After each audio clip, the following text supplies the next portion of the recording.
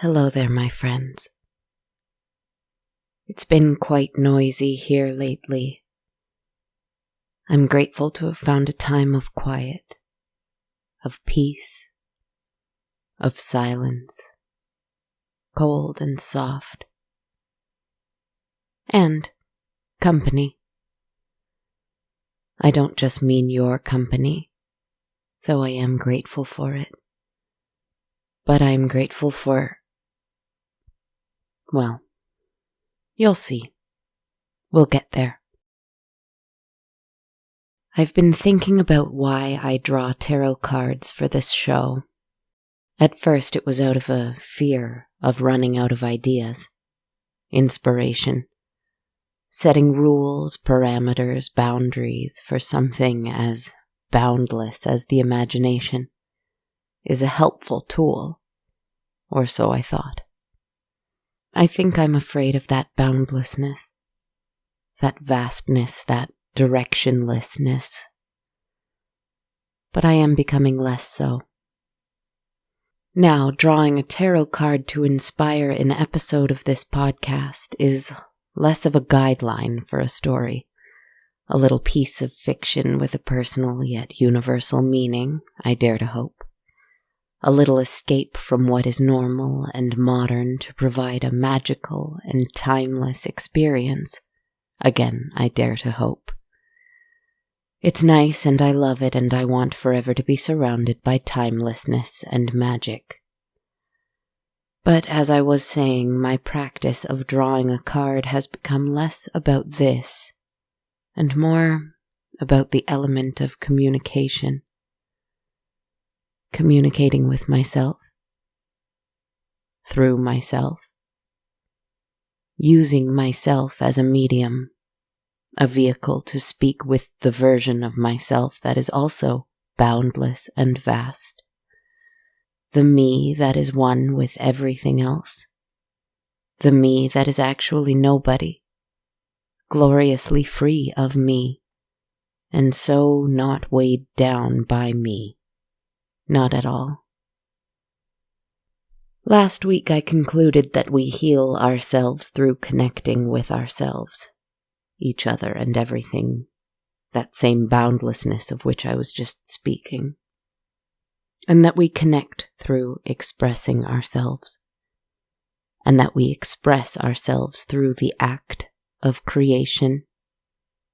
So I asked my tarot cards this week, what should I create? I want to heal. I want to connect. I want to express.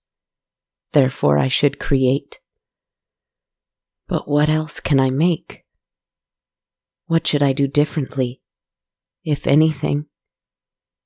What new thing can I make? Even if it's a metaphor, tell me. Tell me, tell me. I drew, for the 5th time, the 8 of Swords. It was reversed. I keep seeing this card. Upright, it is being stuck, being trapped, needing to find a way out of a difficult situation that feels hopeless.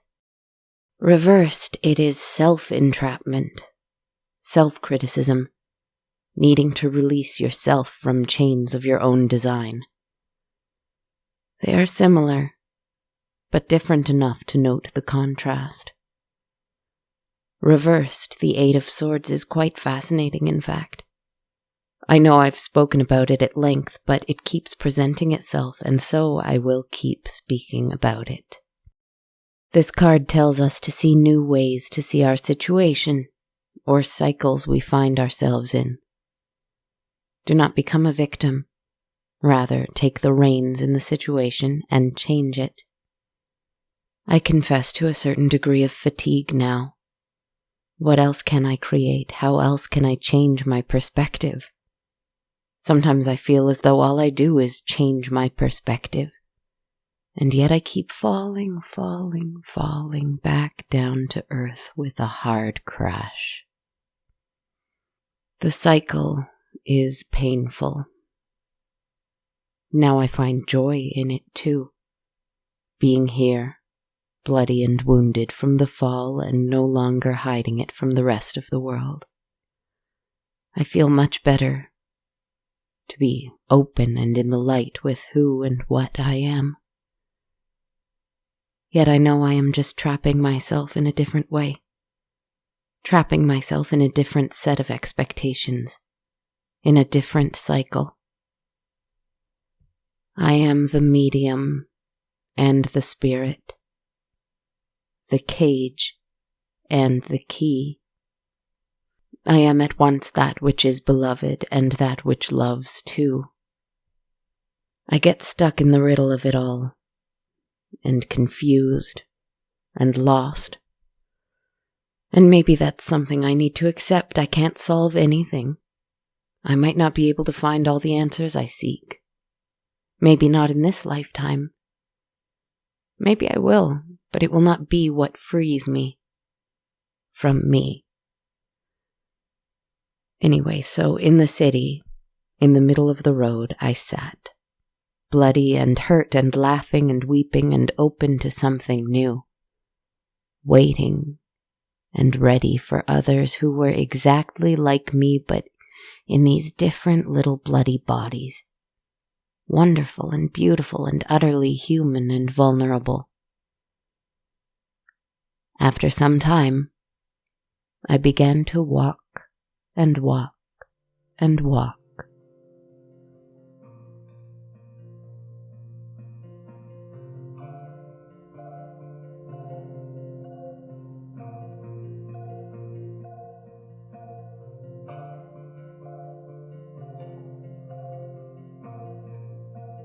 I remembered all the other times I walked and walked and walked, feet taking me to some unknown destination, but knowing they were going somewhere very important, very necessary, very magical in its own right.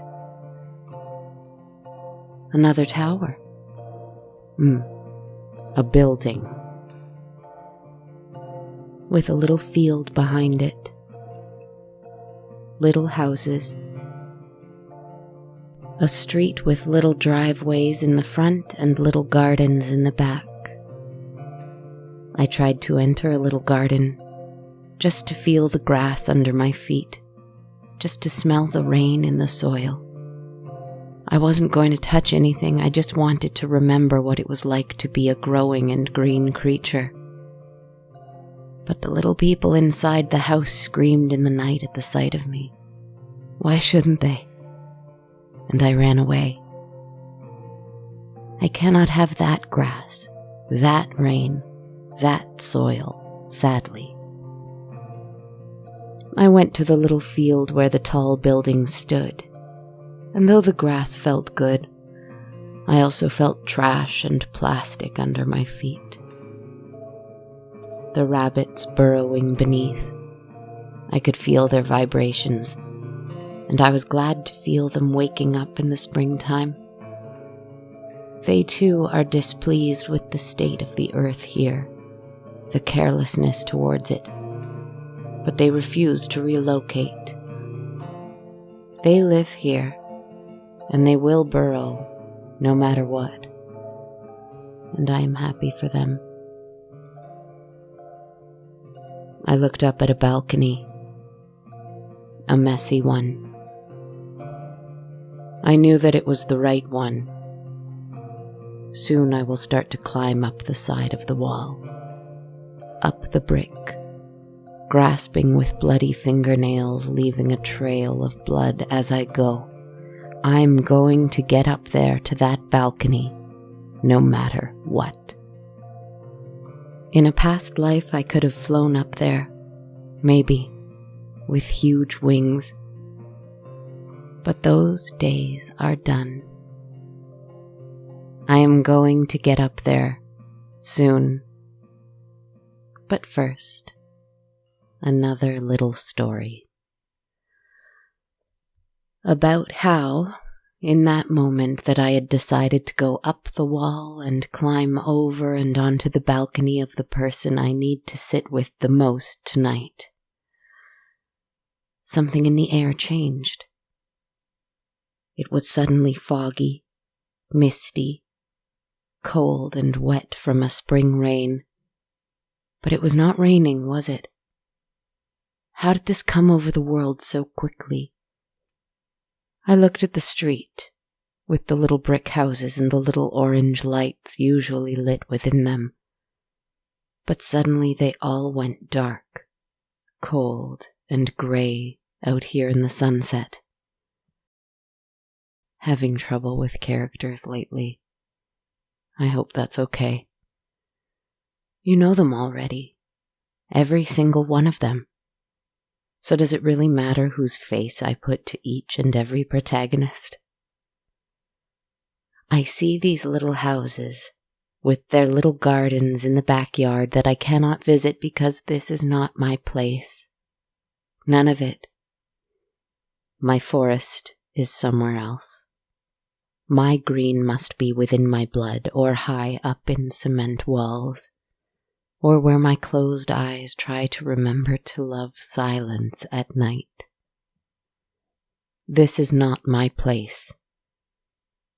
And yet,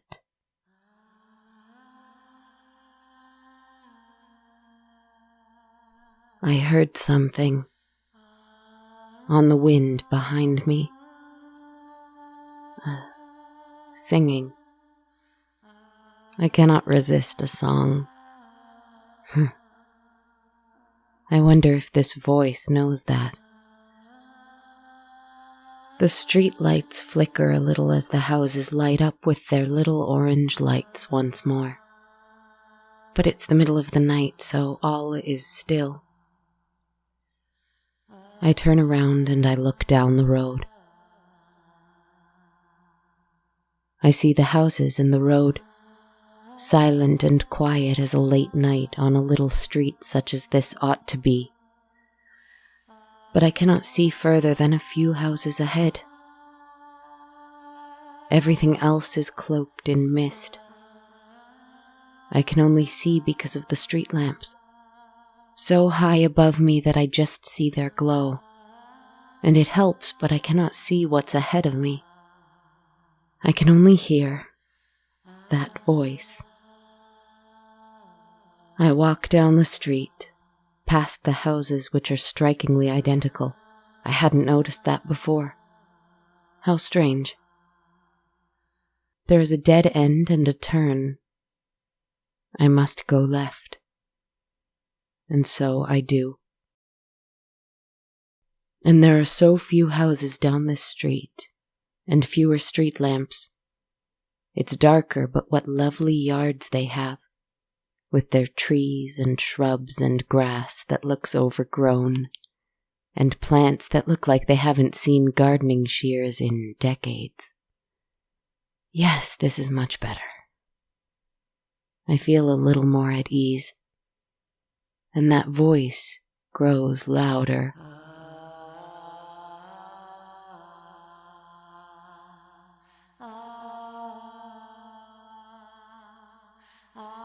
I hope I can manage to find my way back to that building that I know I must climb soon.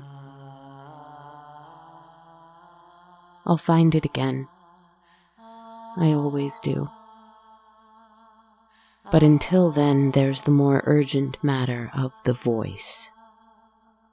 There's another left turn, and only one or two little homes on either side now. And there are no lights within and none without either. The homes are abandoned, the doors swinging wide open in the night, screeching. No street lights, yet the moonlight is enough for me to see through the mist, just barely.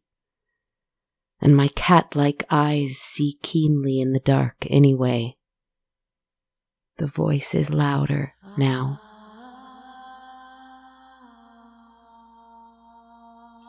Who could it be?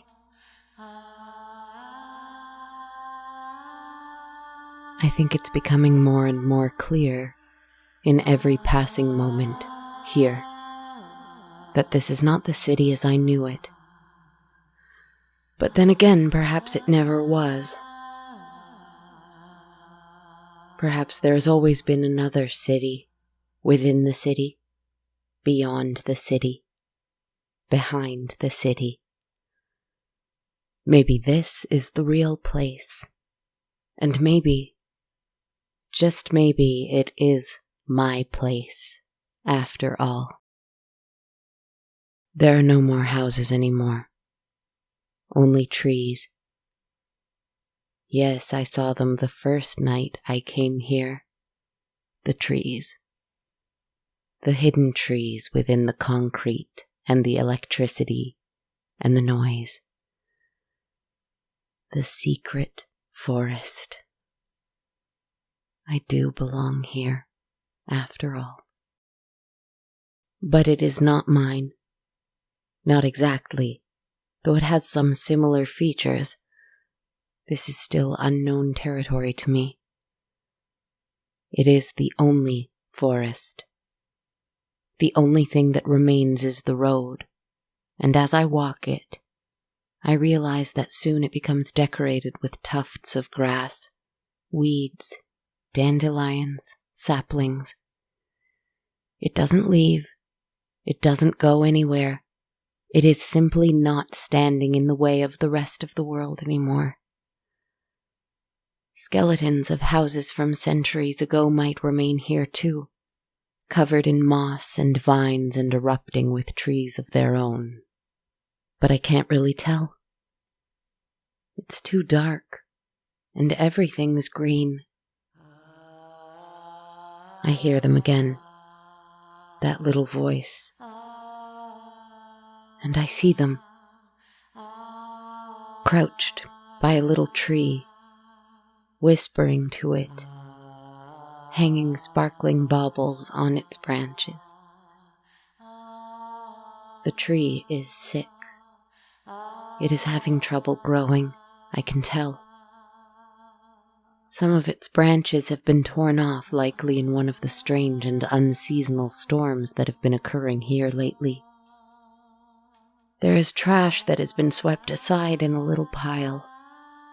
Empty beer cans and plastic bags. The figure whose voice I followed is gently wiping away something written on the tree, maybe in spray paint. But they also cannot mend the wounds that have been carved into its bark. The figure is whispering gentle little things to the tree, singing to it, taking care of it. I do not make a sound, and yet suddenly, perhaps as a breeze caught my scent on the wind, the figure froze and turned around. She is an old woman, cloaked in black, eyes large and white, though I know she can see me perfectly. And she watches me for some time.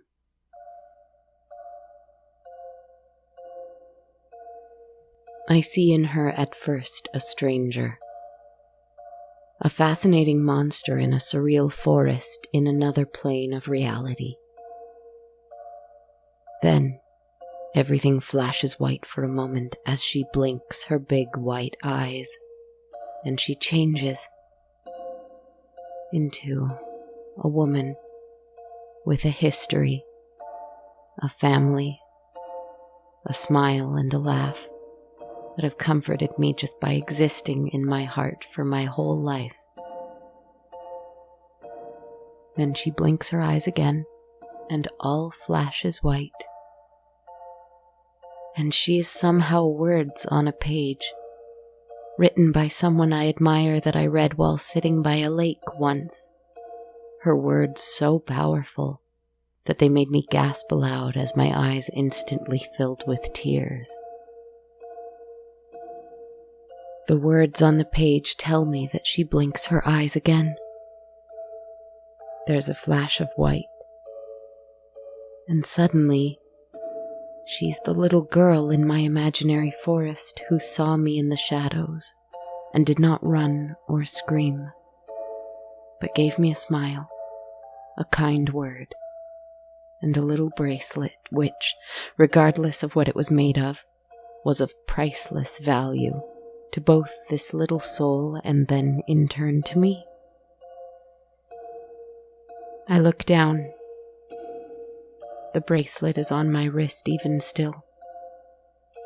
A reminder to give freely and care deeply and go bravely into dark and different woods. I heard it calling for help years and years ago, she tells me. She is the old woman in the cloak again. The one who is a complete stranger and yet someone I know so very well, all at once. I had to help. I didn't know much what I ought to do, but I had to help, she said gently while stroking the weak little tree's trunk. And I heard the creaking of a wooden door. And I was correct, there are little houses here.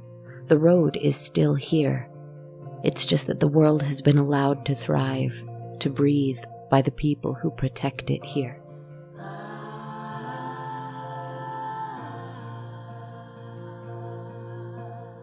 One door opens and yards away I see another woman.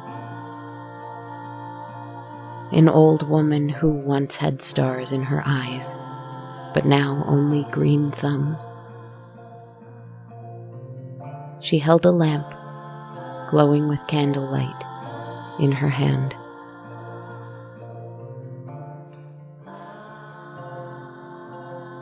Another door on the other side of the road, and it is a woman with eyes glowing red and orange, like flame, like witch's fire that dares not harm someone magical and good.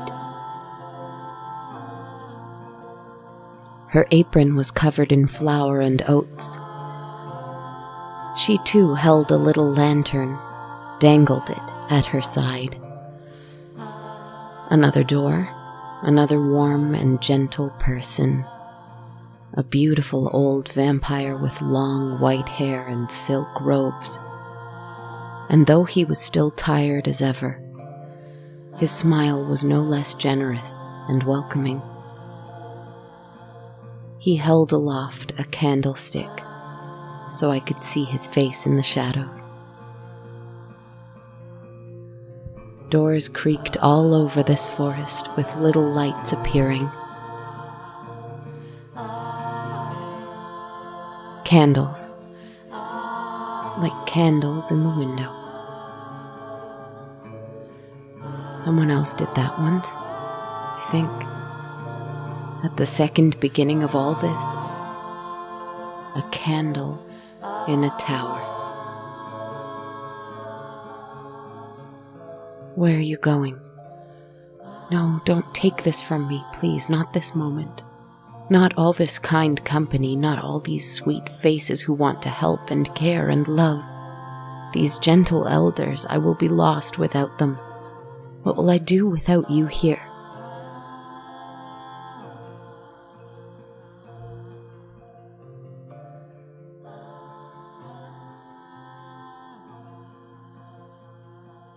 I am sitting on the balcony now, staring in through the tall window in the door. I made my way here. I don't remember climbing. I was just here. I am here. I am here. And sitting across from me, looking at me from the other side of the glass, from within the apartment, is someone I know very well, someone I speak about at length, someone you know too, with a computer and glasses. You know her, right? And I know that it's me, and she sees me, and she knows that I'm her too, and in staring at each other we realize that we are actually neither. We are nobody. We are all of those gentle elders in the forest who've guided me along this journey. Whether fictional or real, they are here, They are all here, and yet not as it ought to be. It shouldn't be an easy answer. We can be all of it. None of it. It doesn't matter. Me and this girl in the apartment. Because we just sit and watch each other. Without expectation. Without need for anything. Nothing from the other. At first there was a dismal and despairing sadness that came over me as I realized my gentle guides in the woods were disappearing, were fading away from my memory. Perhaps they were never there to begin with. Maybe it was all a figment of my imagination and they're gone. While it is a sad thought, there is a happier one that crosses my mind as I stare into my own eyes. I know exactly where they are. And I understand, I think, that it is enough for me. It's enough. She does the strangest thing, the me that is the girl in the apartment with the glasses. She stands. She goes to the door. And she opens it. And she comes out and joins me. We look out over the balcony, our hands resting on the rail, though mine are still bloody in places where hers are stained with ink. And we see you. Down there, on the street, either looking up at us or being a little distracted by an unseen forest. Maybe both. Of course you're here. You're here now, aren't you? You can hear me? What is the weight of the expectation you're placing on yourself? What is the price of your joy? What do you feel you owe for your time here? What have you falsely told yourself is the price you must pay in order to be you? You can let it go. It is enough. You are enough. You know that truth as well as I know it. That we are, each of us, both the sick tree and the one caring for it, the witch and the fire, the cage and the key. And I hope we can connect over that, at least tonight.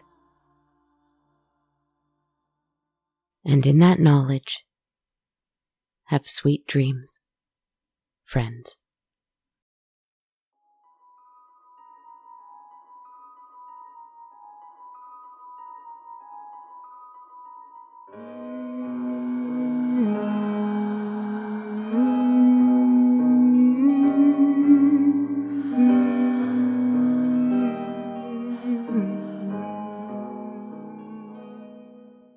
Hello everybody, and thank you so much for listening to episode 191 of On a Dark Cold Night. We've made it to the last 10 episodes of season 2, haven't we? This is Kristen Zaza, by the way, your host, writer, narrator, podcaster, composer, etc. behind On a Dark Cold Night. Thanks for joining me as I put these pieces together. Stitch together this thing I've been weaving and figuring out for a while now.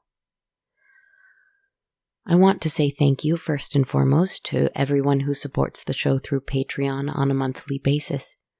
Thank you so much for helping me make this show consistently. It means so much to me. If you're interested in supporting this way, every monthly supporter of $1 or more a month receives access to my ever-growing soundtrack, while every supporter of $5 or more gets that and a monthly tarot reading video I upload every full moon. To learn more, head on over to patreon.com/darkcoldnight. If you'd prefer to donate one time only and without those perks, you can do so by visiting my Ko-fi page at ko-fi.com/darkcoldnight. And I have t-shirts and hoodies for purchase at bonfire.com/on-a-dark-cold-night. Another great way to help the show is to leave a rating and a review for On a Dark Cold Night on iTunes or wherever else you like to review podcasts. You can also follow me on social media. I'm on Twitter at A Dark Cold Night, Instagram at Dark Cold Night Podcast, on Facebook and YouTube under On a Dark Cold Night, and on TikTok at Kristen Zaza. Thank you again for listening, everyone. Thank you for taking care of yourselves and others in your life, too. Trust that you are enough. In your kindness and caring, or when you falter, or change, or grow, it doesn't matter. You're enough, and you don't need to pay a price to think so. I'm not trying to preach or to give advice or anything like that. It's just a little something I'd like to reinforce after thinking about the 8 of Swords. Either reversed or upright. It keeps appearing, and it might always be a challenge for us. But I hope that maybe we can help ourselves move through it. Maybe with just a little acceptance and care. Perhaps. Sweet dreams, my friends. And take care.